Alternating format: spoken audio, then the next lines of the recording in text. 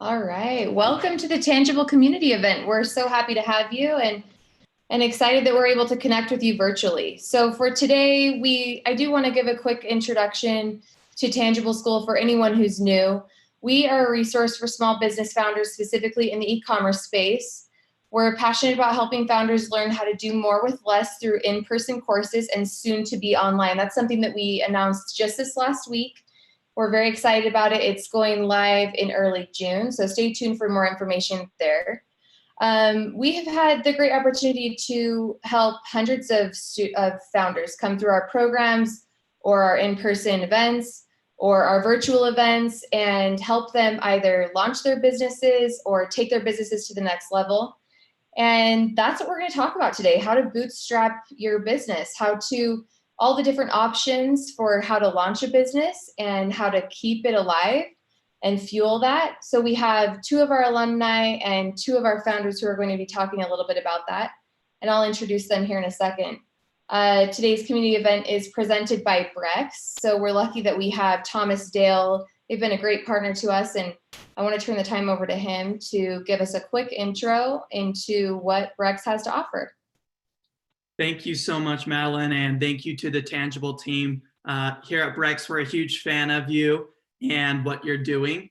And I'm a huge fan of the topic today of how to bootstrap your e-commerce business because during my college years, I actually bootstrapped an e-commerce Amazon business with $400. And so this one definitely is something I can relate to and get behind, and hope that all of you can learn a lot from it. I think we have a stacked panelists right here, some great people to learn from. But a little bit about Brex. One of the things that I think is super valuable for all of you to know about Brex is there's no founder's liability with our card. And that's something that I didn't really understand when I was getting credit cards for my e-commerce business, is that most traditional banks and credit cards actually have you sign a personal liability, which negates the effects of an LLC or C Corp. And so with Brex, there's no founder's liability. It doesn't affect your personal credit score. It really takes, it puts a safety net underneath you and takes away some of the risk, because, starting a company is one of the riskiest things that you can do in this world. So that's one great thing about Brex that I really think that can help founders, as well as, our card's built to save founders time and money. With accounting integrations, virtual cards that you can use to buy inventory and then cancel so they don't get compromised in another country. There's tons of things about Brex that are built to help founders be successful. And so if you're wanting to learn more about Brex, feel free to shoot me an email. I'll put it down in the comments. But yeah, thank you, Tangible, for the opportunity to be a part of this event, and look forward to learning from everyone. Thank you so much, Thomas. So we will put not only the Brex and Tangible link in the comments on YouTube, but we'll also put Thomas's direct email, if that's okay with you, in the comments there as well. All right, so we'd love to take questions either throughout or at the end, and we'll try to filter through them as we go. So the best way to do that is, as you think of a question, just put it in the comments underneath the YouTube video that you're streaming with right now. And we'll be able to field those. We have a team member fielding those and passing them over to us as well. So we have, like Thomas said, a great panel today. So two of our alumni and two of our founders are going to be discussing different ways and strategies for how to bootstrap a business. First, we're going to have Ryan Condi, and then another alumni, Tess Hoops. And then we're going to move to the Tangible founders, Scott and Travis. But like I said, it's going to be discussion, very conversational, and we'd love to address some of your questions throughout as well, so make sure that you add them there. So why don't we bring in Ryan? Would you mind telling us a bit about yourself and your startup journey? Yeah, thanks so much, Tangible, for having me here. So yeah, my name is Ryan Condi. I was in the first cohort of Tangible about a year ago now, and I've started several different companies, I think 8 in total. Some of them made some money, most of them didn't. I bought and sold 2 e-commerce companies, and I have just a couple stories that I wanted to talk about from a bootstrapping standpoint that I feel like are applicable just in the e-commerce space. So, and give you some background, I just sold an e-commerce company about 3 months ago that took me about 5 years to build up. And I literally started that last company with a borrowed $4,000 from my brother, who was a teacher. So you can do it with not very much money, but you definitely need to continue to reinvest those profits. And so when it comes to many of the businesses that I've done and the e-commerce ones, they've all been side businesses up until about a year and a half ago. And the biggest thing I would say that runs into just with the e-commerce businesses that I've run into are just cash flow, right? So I know it takes cash to grow all businesses, but even more so inventory-based businesses. And so when I started my company, I actually was, I was working nights and I was working weekends and I was working mornings, and I eventually was able to reinvest all those profits for about 3 years before I was able to go full time. That felt like it was big enough to go in it.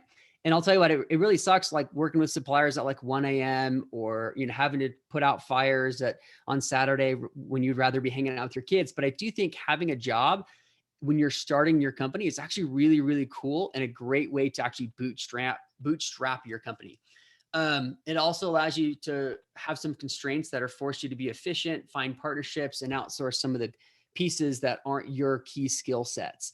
I learned best by stories. So let me just, maybe tell 2 quick stories. In the early days when I'd started my last company, I had picked basically three products to kind of launch with and start with to build my brand around. My brand is Kestrel Outdoors. And everything was going super well. They were selling like crazy. And I was like, oh, great. Pretty much every product I launch is going to be awesome. And so I stopped going away from my original research and testing out the products before I jumped in. So I ended up getting into some products. I bought a bunch of bad colors.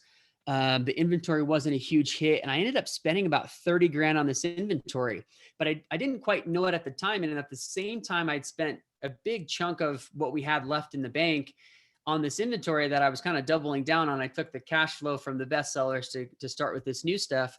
I switched warehousing. I switched our 3PL or third party fulfillment.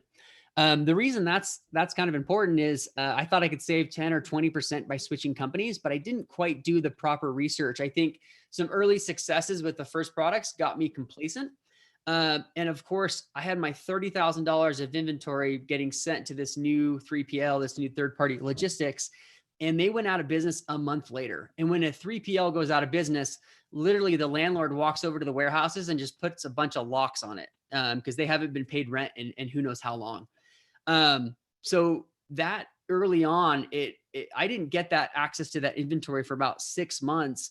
And because I had a job, I had to reinvest tens of thousands of dollars back into the business to kind of float it, because I'd used all the money from the best sellers to buy these other products that I didn't know if were going to be successful. Ultimately, they were not successful products. But when I think about some of those decisions I made, and 6 months later, I was able to get that inventory out of those warehouses.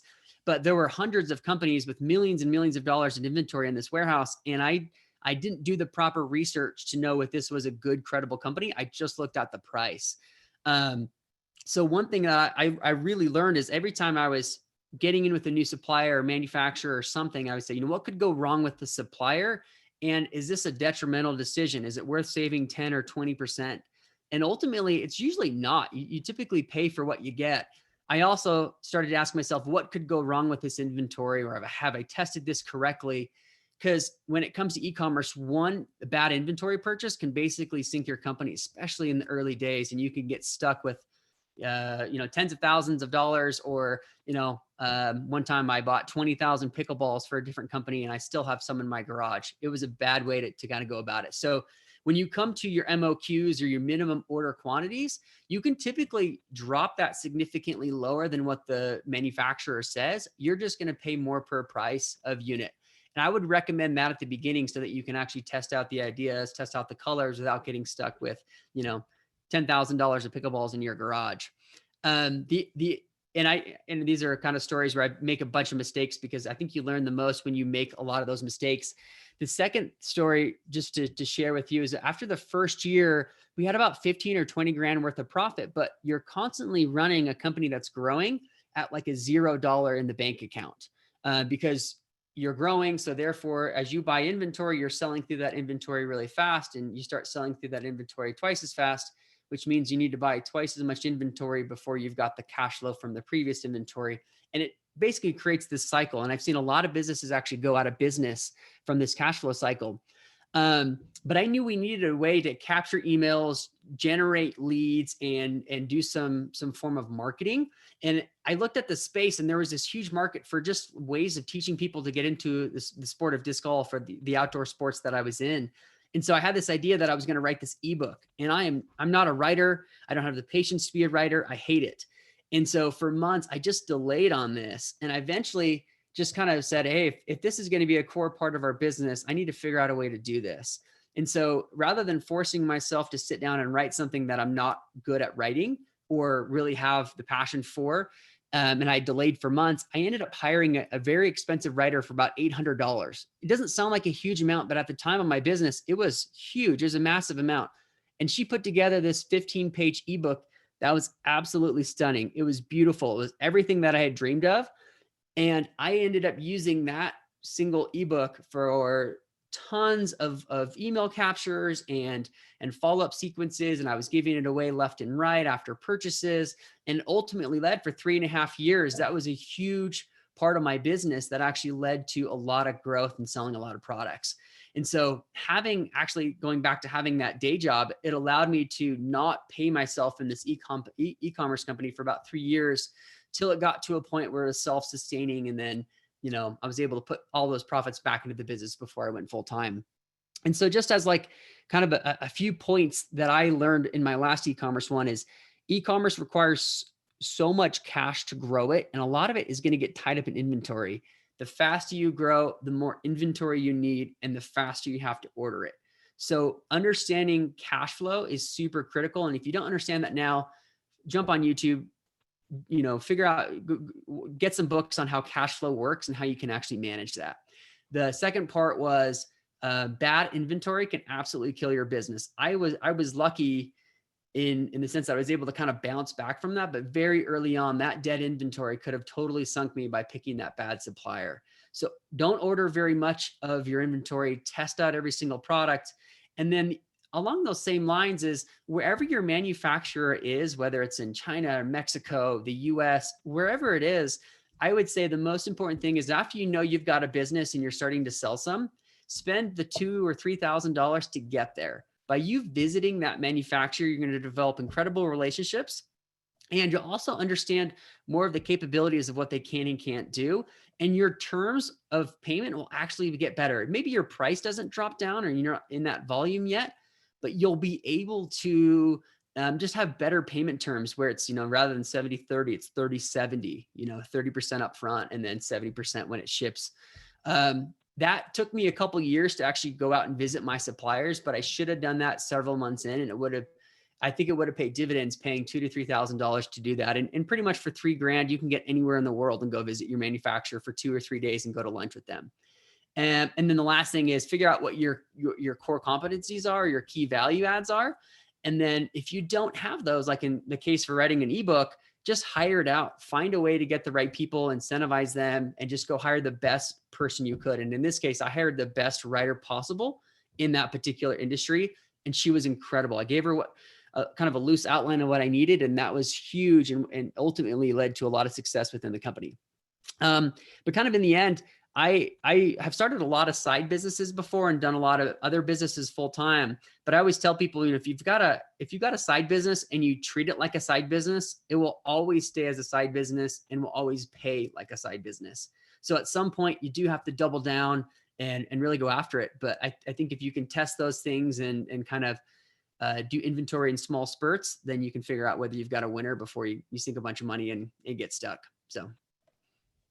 I like that, Ryan. I've just been over here taking notes so that we can send some of these bullets that you've gone over out.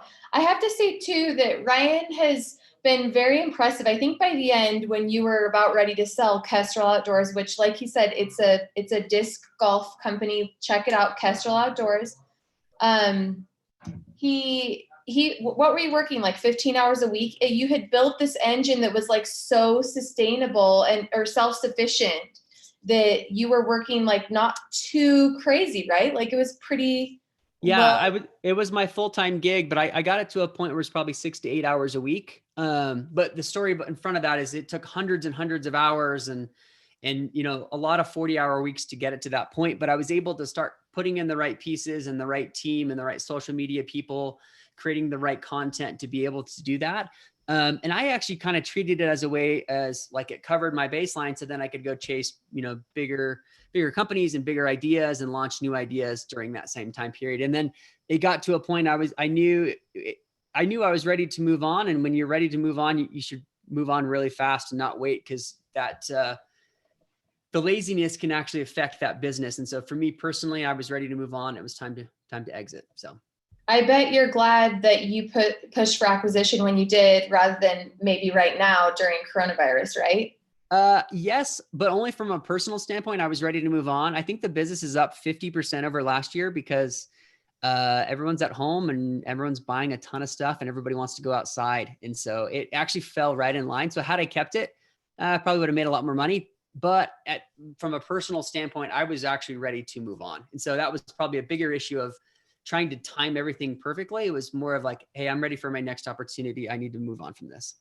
Yeah. I think what's cool is that, Ryan has covered a couple things here that are things, they're trends that we've seen with Tangible students. So, we have a student that went out and sold non-soliciting signs door to door just to make a couple extra $1,000 to like get his next order, or to buy his next machine to make his next order.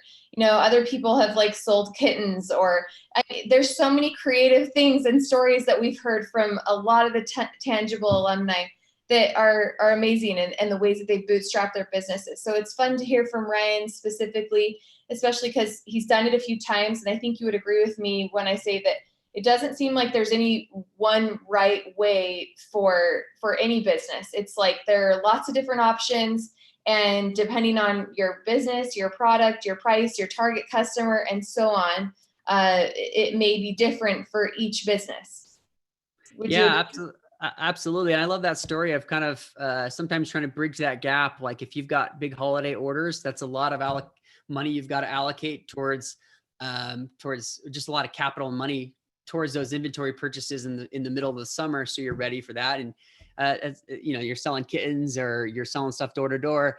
I ended up, my first time around, I had a small e-commerce company that was on the side and it wasn't doing very much revenue, but I was able to basically move on from that, hire someone else. And I took the entire proceeds to fund my first holiday order, which was way more money than because with e-commerce, 50 to 80% of what you're doing is in that last quarter, which means in July, you have this huge capital expense. And so I love to hear those creative ways of how you finance that first round, a second, and the third round of inventory, because you do have to finance it somehow. And it's in the early days, no one's going to take a risk on you unless you've got a crazy brother who's a teacher and somehow he lends you a few $1,000. So yeah, that is awesome. That's a great story. So before we jump to Tess, I just have one question for you. You have been such a self-educator, like you came to Tangible with a ton of knowledge. Your business was in a very interesting place when you came to Tangible. We have lots of different founders that come to Tangible at different levels of business development. And yours seemed to be in a very stable place. You had built this engine and it was humming. And so can you tell us a little bit about the places that you went for free education, YouTube and other places that people can use to supplement what they already know, and also possibly their education that they've gotten from Tangible? Yeah, that's great. I got a college degree and everything, much to the satisfaction of my mom, but I don't really know how I got out of there with a degree. I have found everything I've learned has just been on the job and training. And I do try to put myself in uncomfortable positions, and it forces myself to learn. And so I don't really have a book budget. I spend a lot of money on books, and I don't necessarily even read all of them, but I know if I can get one or two ideas out of them, that's super key. I reach out to a lot of people that are 5 to 10 years ahead of me that I say, I want my business to do that. And then I reach out to them and figure out a way how I can add value to what they're doing. So I think networking is a huge key to that, because so much of learning is going to be who's done this before and how do I save years from doing that. I'm constantly watching YouTube videos. Right off the top of my head, I don't know if I've got anything specific, but there's constant things that I'm trying to learn. And I at the beginning of the company, you don't have any money, so you're trying to do everything yourself. And you get to a point where you do have money coming in that it's less about learning every single detail, but finding the right pieces and the best people who can do that. At the beginning, I was doing the Facebook ads, and then I found someone who was the best I knew who could do the Facebook ads for me and then pay them to do that. So I think it's a constant cycle of kind of self-education, but I think it also goes in line with networking. And when I think about tangible, I still have all sorts of conversations and stuff from people from the first cohort that I met, and also even from the second and third one that I wasn't really there every week learning. But we've just connected at different events, and I was been able to introduce them to other people too. So I think that the education and the networking side is something that I take very, very seriously, and I try to go way out of my way to try to add value to other people's businesses or lives. But yeah, from an education standpoint, school is one thing, but really education starts when you are diving into what you want to learn and what your business is. And I'm a big believer of education, like. I forgot whatever the Japanese manufacturing is like, just-in-time manufacturing is like. I think of just-in-time education, where I don't try to learn something until I need it in that exact moment. And then I'm diving in, and I'll spend 3 hours on YouTube watching videos. I'll spend $20-$30 on 3 different books, and I'll dive into those and try to learn that way. Awesome. Well, thank you so much. Let's jump over to Tess, but if you have any other thoughts come up, please share them. Tess, would you mind sharing a little bit about yourself and your startup journey? Yeah. Thank you, Madeline, for asking me to do this. It's a little nerve-wracking, but I'm happy to be here and share the stories that I feel are applicable to the people here today. So I am the founder of Doe Sleepwear, and I got the idea for my business because I was a mom of 2 kids, and I love dresses. I love being comfortable, but I could never find one that was functional for me to like get out of bed, make breakfast, go grab the mail, run the kids around. I didn't want to change. And so I designed a dress. I'm actually wearing one of our new product offerings today. And so I designed a sleep dress, a dress that's functional to be at home in or to sleep in. And my goal is that you feel cute, covered, and comfortable when you wear it. So that's kind of my business in a nutshell right now. I started, the ideation started several years ago, but my courage to kind of jump in and actually do something about it didn't really happen until about 3 years ago, when I like got online and bought my business license and like all the things you check off on like the Google to-do list of starting a business. And so the first thing I knew is that it was going to be an initial steep investment, because I was going to have to buy fabric, I was going to have to meet a minimum order quantity, and I was going to have to pay to develop my product. So I knew that I was going to have a lump sum of cash to start. So I sat down and kind of reflected on where I pulled cash from, because it wasn't like I just had like all this money sitting in the bank. And so here's some things that I did. The first thing I did is I applied to teach English to Chinese students in the early mornings with a company called VIP Kid. So there's that company. There's been several other competitors that pop up, but I would wake up at like 4:30 and teach English for 2 hours before my kids woke up. And I would save everything I made to throw into my business. So I did that. Everything that I made, I have put back into my business. So I haven't taken a paycheck yet. Because I want to be able to grow it to where I can take a paycheck and not have it mess up my inventory levels or my supply purchasing. So I've reinvested everything. And Ryan touched on that you reinvest everything. He said he reinvested things for 3 years. So this is definitely not an income that we rely on yet, but I've just put everything back in. Another thing that I have recently done is I applied for a business line of credit, because when I need to buy inventory, I have to buy the fabric, and then it takes a week to get to my manufacturer. Then I can place my PO. Then it's anywhere from 6 to 12 weeks to get my product purchased, then a week to get it to me. And then I can finally put it on my website. And I have to pay a lump sum in the beginning. So in order to kind of float that cost, I've found a credit card that doesn't charge me interest for like 14 months. So I have put everything on this credit card, and I did it like 2 weeks before Corona. So that's really fun to now have this balance on my credit card. But that's how I'm kind of floating my inventory cost, because my product was finally at a place where I was like, I want to jump to ordering 500 units and get the price break, because it's finally at a developmental standpoint that we can just crank out the numbers. And so, so that's another way that I've kind of leveraged credit. Credit is a super personal decision, and there's so much about Brex that is amazing, that I hope that I can leverage one day. But for me, that's how I financed my business. And one other thing that I wanted to throw out, as a women business owner and as small business owners, there is so much government help and aid. The Utah Women's Business Center of Utah every year does a grant competition, and everything that they make or gets donated from the Women's Business Center goes out into the community of women who start businesses. So I think this year it was like 25K plus they were giving away in grants, and it's not a grand prize winner. The grand prize gets 5K, but it's divvied out to help with whatever. And so there's so much help and money and different ways that you can business.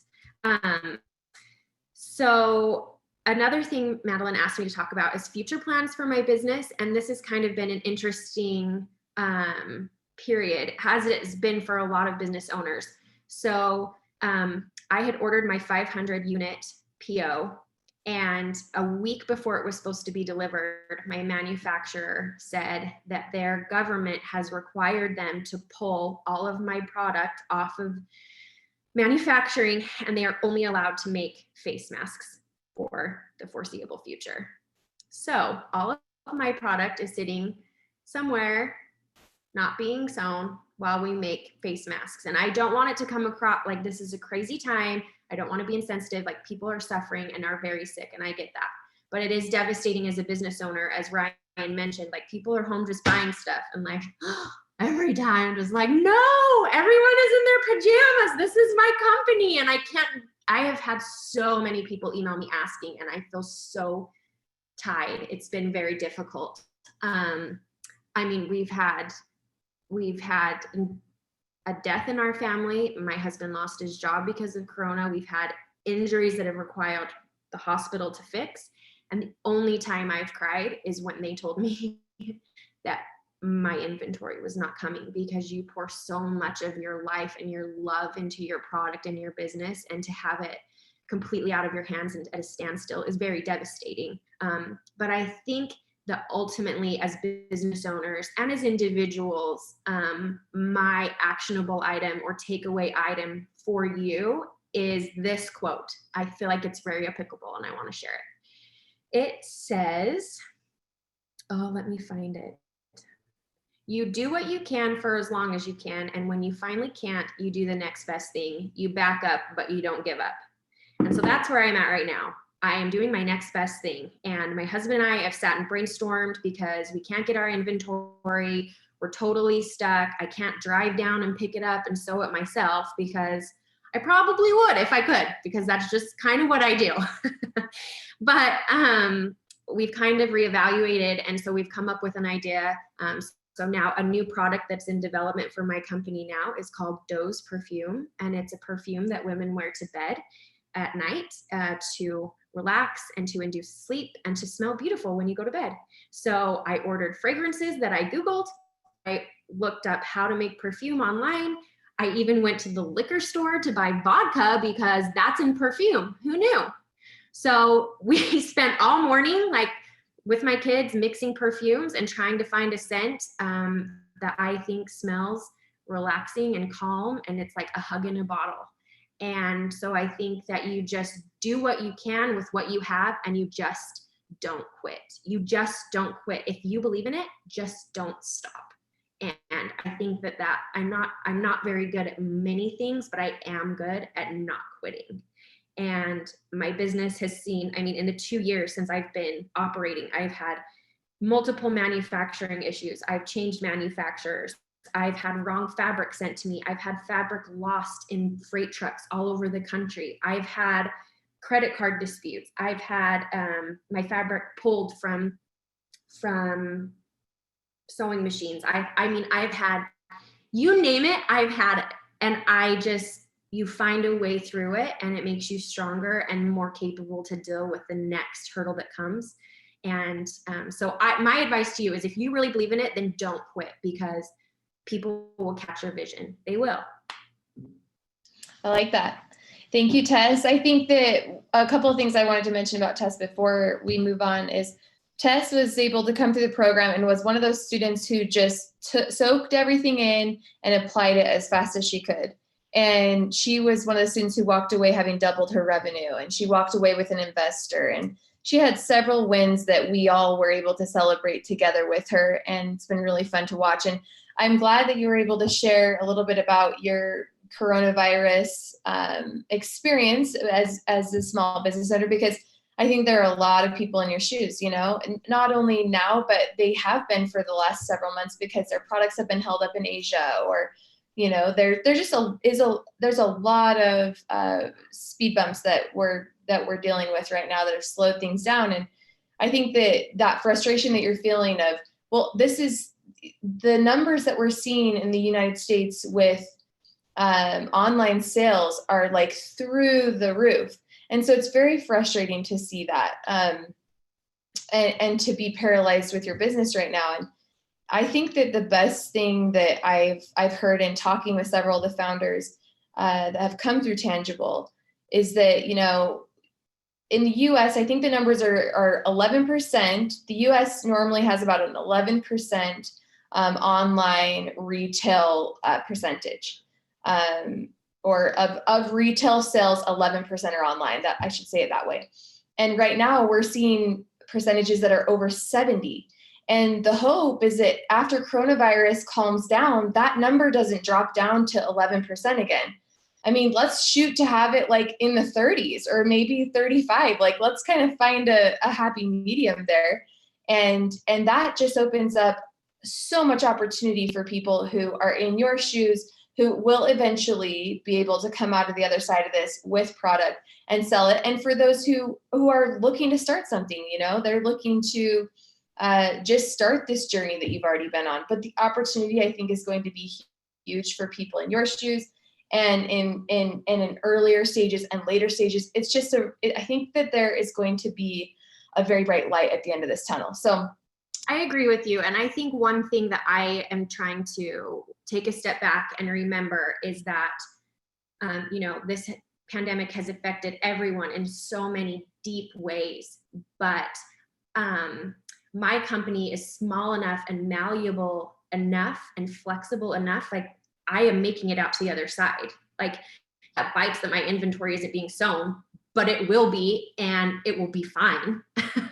You know, like, my company will survive this. And I know that there are other companies that can't say that. And so it is an era of fear, like you said, Madeline, but I think that there is going to be opportunity after this. It will be okay. It will be. And so I'm trying to have an abundance attitude and remember that, like, good things will come, and that everyone's in the same boat. So we're all just trying to make it to the other side together, you know? We're here for you. You know we are. We're rooting for you. Thank you. Okay, so I want to bring on Scott, and I think this is going to be a very interesting flip of the discussion, because Scott is going to share his experiences not only in the past but also recently, having started a very new business that is booming as a result of coronavirus. So Scott, do you want to jump in and tell us, I mean, I don't know where you're going to start, but just tell us about yourself. There's so much to share.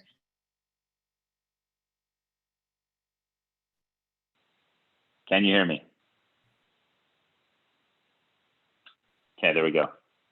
I hope that the face mask factory in Mexico that's holding up tests is not part of my doing, but I did get into doing face masks, not face masks that are actually cut and sewn, but injection molded, and that is a unique differentiation that I've only seen our company do, and that's when you pretty much take raw beads of plastic, you put them through a press and melt them down and make a face mask that's essentially plastic but very pliable. And the reason that this was a solution that we went after is that it's made in US, it's made very quickly, right? So you can make lots of them, and you can solve a problem that was not being really solved, which is a shortage of face masks, and we're able to put some filtered media inside of them. So this all happened in 45 days. So the irony here is that for 2 years, I've envied all the e-commerce founders that have had a tangible product that they could make and sell. Tangible was actually born out of a way to just kind of put all those people together and learn from them. I've been marketing and doing things for companies like that, but I've never actually had a consumer company that sells products. But yet I've been so ingrained in this community. I know all the website developers, the logistics side of things, and everyone here that's been a part of Tangible. So when someone came to me 45 days ago exactly and said, I've invented this mask. This was an old engineer friend of mine, this idea. I need to take it to market. I need to get it to the world. I need to mask America. I said, all right, I think I can do this. I've been to Tangible. I helped create it with Madeline and Travis and these people. I think I can do this. I went on the phone that day and called a guy named Stuart Goodwin, who's built a lot of great e-commerce companies. I called up every logistics, global sales group, every medical device salesperson, everybody that I've met, all the lawyers, everyone I've met over Tangible over the last year and a half or so. And I said, hey, this is I'm putting together Ocean's 11, but we're not robbing a casino. We got to go mask America, and you're on the team. And luckily, everyone kind of swarmed to this because they saw the opportunity, they saw the need. And so I can't say that here's how it was bootstrapped. Here's how I decided to bootstrap that. I had an idea, and the idea was timely, and I asked everyone to get behind it for this much, $0. I said, here's what we're doing. Here's the product, but I can't give you anything because I have nothing right now. I have a name, a person building a website, and a manufacturer in Salt Lake that's making it. So a lot of your job as a startup founder is going to be convincing people to do stuff for $0. And that doesn't mean they do it forever for $0, but they have to believe in you as a founder, or you believe in your idea that you're going to make them whole, that you're going to lead, this product into an existence that is meaningful. And I think that's how I was able to do this with $0. I was able to call people and say, you guys, I know some people in e-commerce. I think we got the right team together. I think the opportunity is the right one. This is an American-made face mask that has high filtration, high protection. Let's do this. So that was my first lesson, is like starting with $0. And actually, even worse, I had to like, as you started with $0, I started realizing there are costs you have to start doing. So I didn't have investor capital. I had to start pouring in a ton of my own capital. So people think, oh, wow, you make my face mask so lucky. It was such a good timing. You probably are selling a ton. No, it's going the other way. Like Ryan Condie and everyone talks about, when you have to buy inventory, you're actually not starting and just making sales. You're going negative, deeper, and deeper. So I'm actually borrowing money to make masks and get inventory. So I'm still at $0 that I've paid anybody. So all the people that have joined are still happily enjoying $0. But I think that they see the momentum, they see what's happening, and they know that as you stockpile inventory and start to sell it, you start to make partners, and you start to make distribution channels, that you're setting a groundwork for and a foundation for a healthy business that hopefully, and in our case, needs to live beyond a pandemic and a crisis. So we're trying to build a business that will go 3 years into the future, 10 years into the future, because the future after this, COVID era is going to look very different than the one that we knew before. And behaviors and the things that we're going to be required to do, unfortunately, are going to be wearing masks that we don't like. No one likes masks. So the other big question we have is, what do we do in the future to make this new world that we live in? How do we create something as enjoyable as getting a new iPhone out of wearing a mask or protection, and for kids especially, who are going to probably be required to wear these to school and field trips and whatever. So we're right now brainstorming. The same Ocean's 11 are getting in a room saying, how do we flip this mask thing that's horrible? No one wants it. No one wants to wear them. How do we flip it into maybe something that is comfortable or desirable, fashionable, affordable, what are all those things that can be that create a desire versus a necessity that you have to do and loathe doing? Because I loathe the mask. I don't have one on ever. I hate it. I hate the very product I make, but it works, and a lot of dentists and doctors use it. So that's my spiel. I don't have anything else, but love to ask any Q&A here.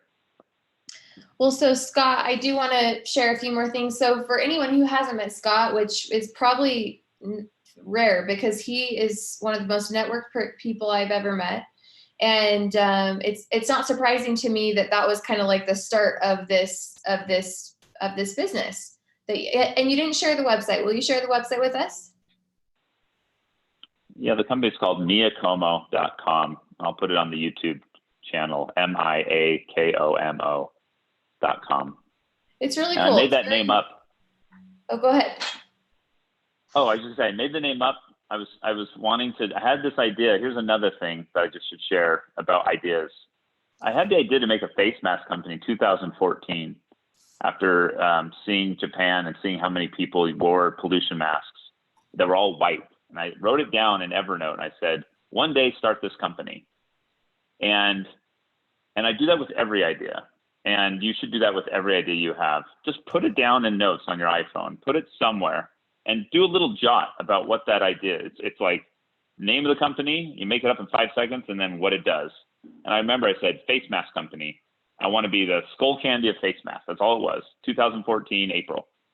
Well, who knew that 6 years later, I would be thinking, now is the time to do that company. And the day before, I text my friends at Skull Candy. I said, guys, I want to do a face mask company.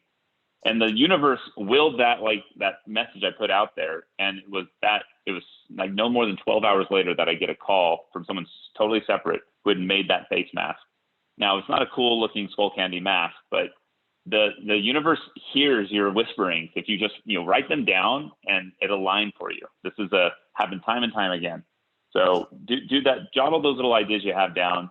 And so this wasn't made out of nowhere. I've actually desired to do this for a while, but I made the name up Miyakomo. It means nothing. It's kind of Japanese style because they kind of inspired the original idea to me that face masks, they're clean. They fought the virus off quickly because they all wore masks, and that will probably start to look a lot like Japan post this COVID thing. So I wanted to have some nod to their culture, and so it's just a made up name and happened to be a .com. So if you don't like it, nothing we can do about it at this point. We like it. Well, that's a cool part of the story. I'm glad you shared that too. I guess for anyone who doesn't know, so Scott's been a startup founder and now an angel investor for, what is it, like 10 years, Scott? And your first business was in product. And was a product, and then you've done several tech businesses since, and now you're kind of circling back to product. So now that you have been on both sides of this, what's more fun? Yeah, my first business was B2B iPad cases for businesses. So we actually never really sold. We had a sales team that would close it. We never really sold online, and so this is my first e-commerce where I look at Shopify and I go, oh, wow, people are buying without the interaction of a human being. And it's wonderful. And that's right there. The key is everything else I've done is heavy on sales, meaning I've done software, I've done SaaS, I've done marketing agencies, I've done B2B, and you don't make money while you sleep when you're doing those businesses for the most part. I mean, yes, you can get in contracts or subscription maybe, but the thing that I love about an e-commerce business is that, in a tangible one, is that there is an opportunity to scale, and it doesn't require, if you do the job right of making a great website and a great product, and continue to make content that you have an internet and a compute in the World Wide Web doing the work for you. You can go to bed and wake up in the morning, or see things happening over in the UK or in Japan, people buying. It's phenomenal to me. And it sounds so stupid and easy. It's been around forever, but that's new for me. That actually was new for me to see. And we have Amazon now too. And just to watch those channels on Amazon and direct to consumer, to have things happen, it's more fun than, for me, it's ADD and needs that like constant input and like little bit of like whatever that hit. Having an e-commerce company is definitely it. It gives you a bunch of little hits, and that makes me happy, because otherwise you have to sell it, and selling software, selling anything with people is not my it's just not my favorite. I hate selling things. I like things that are pulled, that people choose and pull and elect to buy without being convinced. Yeah. I like that. So there's a couple questions for you. People are circling back to this whole idea of convincing people to work for free. So people are asking, how did you have the conversation about getting some work done for free? Did you promise payment in 6 months or more jobs? Did you give equity? Did you bring them on for royalties? Tell us more about that. Yeah, all three. Some people are equity, some more than others. Some people just knew that we did commission only. I opened up I've got HubSpot as a CRM, and I opened it up and I said, here are all the leads we're getting from hospitals and elderly care facilities and dentists. I can't go through them. Handle these for me, and I'll make you whole. We'll figure it out. And to this day, we haven't actually paid. I think this week we just got Gusto set up to actually make payments to our commission sales reps who have sold well over hundreds of thousands of dollars, each one of them. And so we're now making these payments, but I had to leverage the fact that I'll make you whole. I had to leverage that and say, but there's a huge bet on that. They didn't know if it was going to close. They didn't know if they were going to have success, if we were going to be able to ship the products.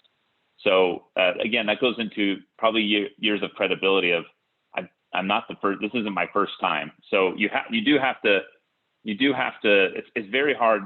So many people want to build an app or a piece of software, and they want founders and they want them for equity only or free. It's that bargaining chip is only as strong as like your credit history as an entrepreneur. And so if I had never done anything, I probably couldn't convince people to do things on future payment. But I have a credit history, right? As someone I've made those payments. I've taken companies through exits where they had equity and they got paid out. And so I think people take a chance on me, but it doesn't mean you can't exercise that and should try to do that, whether it be commission only. If you don't have money, you have to find a way. In this situation, I did put some of my own money into it, but I wasn't flush with cash. Now at this date, I have taken more money. I have taken some investor money, but at the time starting out, I don't have that. And most people don't have the rich uncle. They're not gonna get to their prototype or their first version with borrowing cash. You have to find a way to work and teach kids in China, or save a few $100 a day, or find partners who will help you out, who believe in you and give you a few $1,000s, or you just have to use that credit card. And that's the risk. There's ways to do it, but it's like anything. Build up your credit history now as an entrepreneur, so that you can in the future be able to make those promises and share equity with someone, and have that equity mean something to that person. So I say it's just like any other thing. Build a credit history as an entrepreneur, so you can make those bets and ask those people to take a chance on you. I like that. Being very resourceful. Travis, I'm going to give a quick intro for you. So Travis is going to bring some really interesting perspective from the marketing side. Travis is like the king of working with product companies and helping them to sell hundreds and hundreds of millions of dollars in products. So Travis, I didn't do you justice, but will you jump in and share some stories of what you've seen and what you've experienced in your personal life as a startup founder as well? Yeah, you guys hearing me okay? Yes. I'm going to spare you guys the video hangout because I have pink eye. It's very red.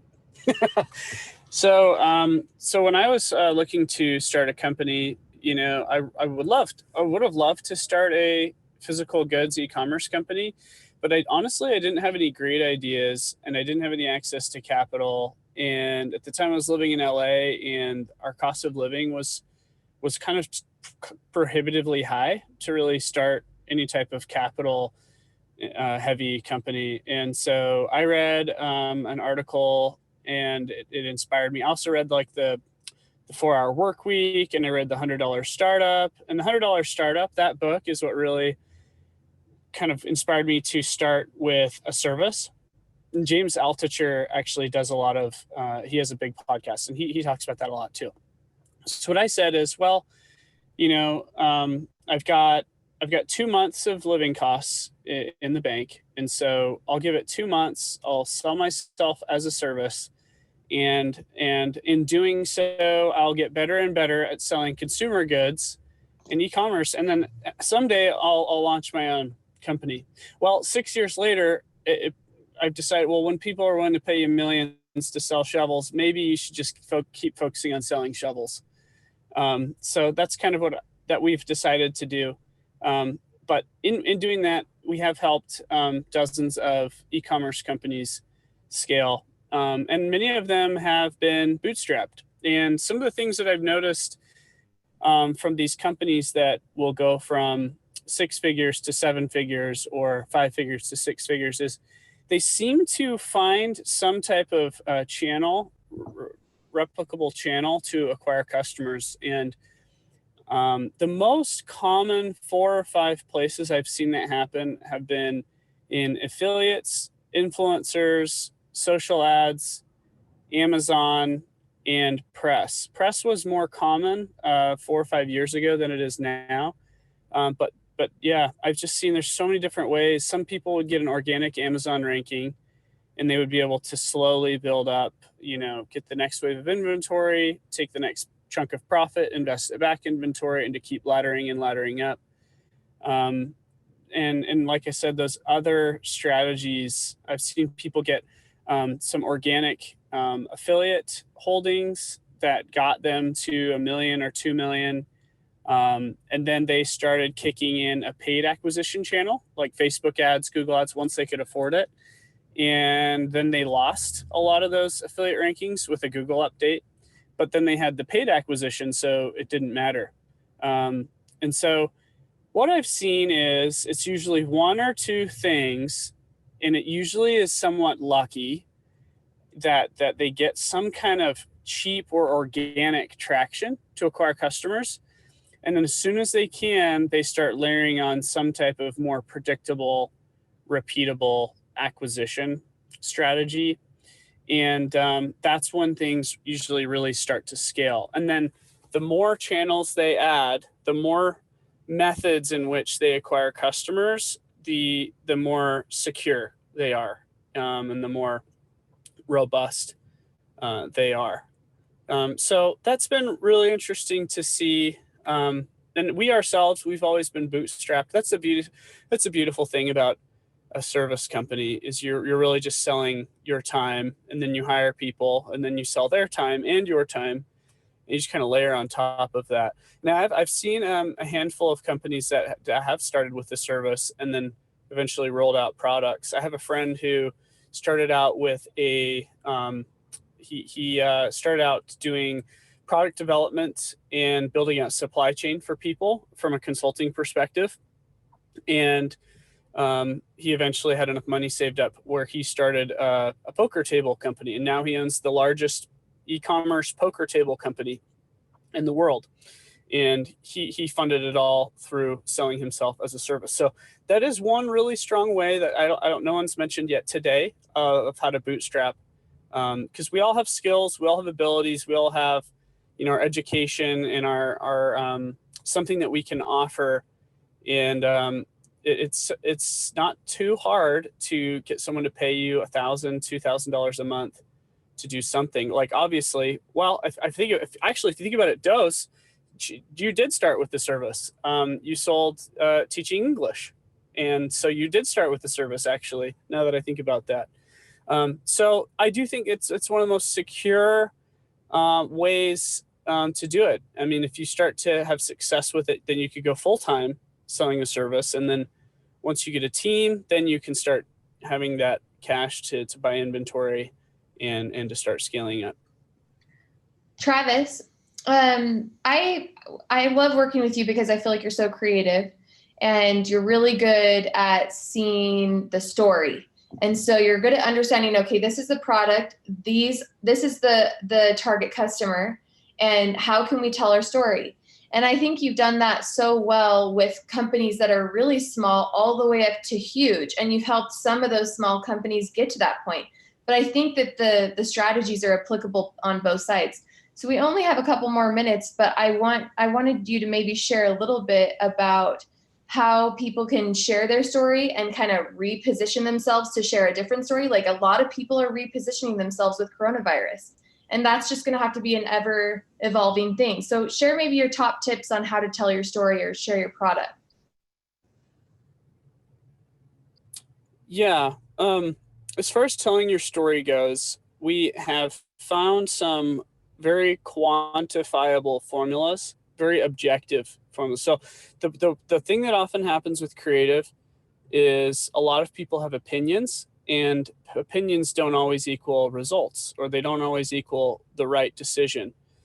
And so we've really tried to focus on adding some data to storytelling, which sounds impossible to do, but we've actually figured out how to do it. And what we have found is there's some formulas that you can follow that will get you to creating a story in multiple different avenues, in multiple different ways, so that you're able to test and figure out what's really going to convert. And we have found there's different formats for ads specifically, because really, if we're talking about telling a story, you could tell a story through your website, you could tell a story through your social content, you tell a story through your ads and your packaging and your product. But when you can test some creative in ads, or even just testing it on social and looking at the likes and engagement rate, you can start to see how people are responding to the story you're telling. And so I'm a big fan of ads. And the reason is because you're testing people's credit cards. And it's a little more difficult to do that with organic social. I'll just give you an example too. We at Chamber, we run our own ads. And the story that converts is the story I found through multiple LinkedIn posts. Over the years, I've been doing a lot of LinkedIn posts about our case studies, our stories, our successes, our strategies, why we do things. And there were 3 or 4 styles of copy and story that went viral on LinkedIn, tens of thousands of views. And so then I thought, okay, this really got people's attention. The hook, I figured out the right hook in my copy. And for us, it was, why did this video go viral? And then I proceed to explain why it went viral. And then I proceed to explain that it didn't really go viral. It just converted and the message worked. That message, that key message that I found, has drove millions of dollars in sales for us, because then we went and we created ads based around these messages that went viral on LinkedIn. And we just had our first $1 million month last month, and 60% of that revenue came from our ads. So that's what you do. And there's a few ad formats that you can test out. So once you have figured out 4 or 5 messages that you think your customer respond to, you can tell those stories in different formats. So one could be a spokesperson format, one could be a case study, one could be a before and after.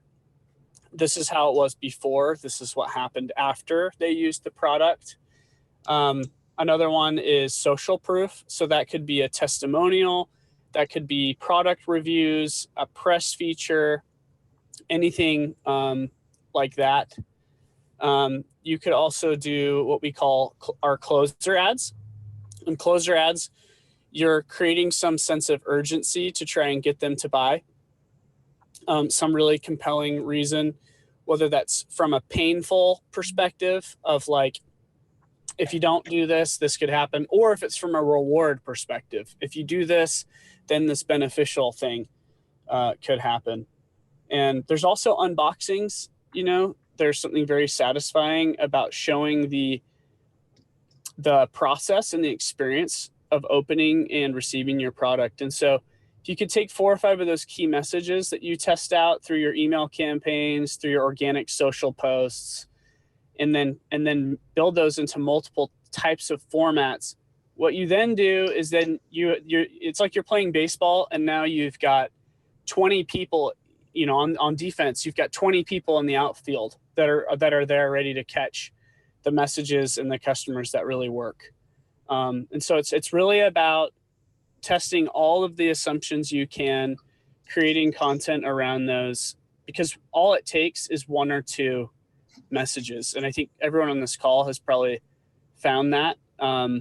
Dose has 1 or 2 killer messages that when people hear it, they just get it. Same with Mia Como. Like, it's easy with that one, right? It's a replaceable filter, but it's how do you tell that story, and what is the exact copy? What is the exact 1 or 2 sentences that work? Even at Chamber, I've, being at conferences and being in client pitches, I found out that most of the things I would tell people, they just made us sound like just another agency, another snaky agency that just wants to get your money and that doesn't really know what they're doing.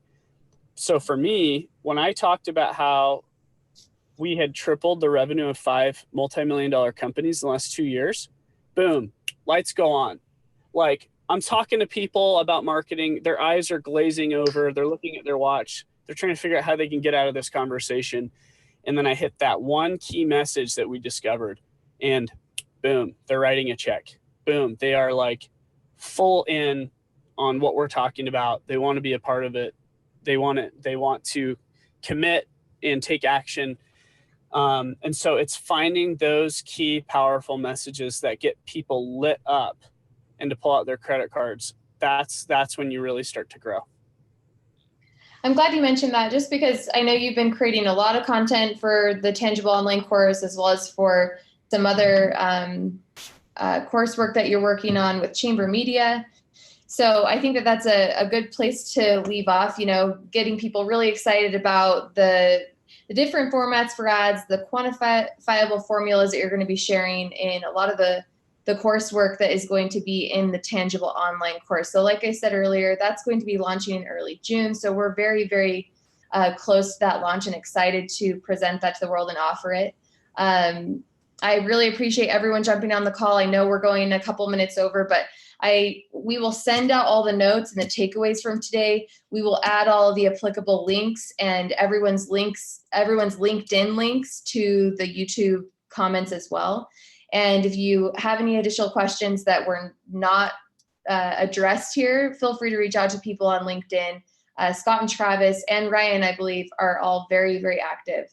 So thank you so much for being here. Thank you to the panelists that we had, and also to the Brex team. Thomas is great. We really love working with him, and we put their link in the comments below as well. So thanks for being here, and stay tuned for our next community event.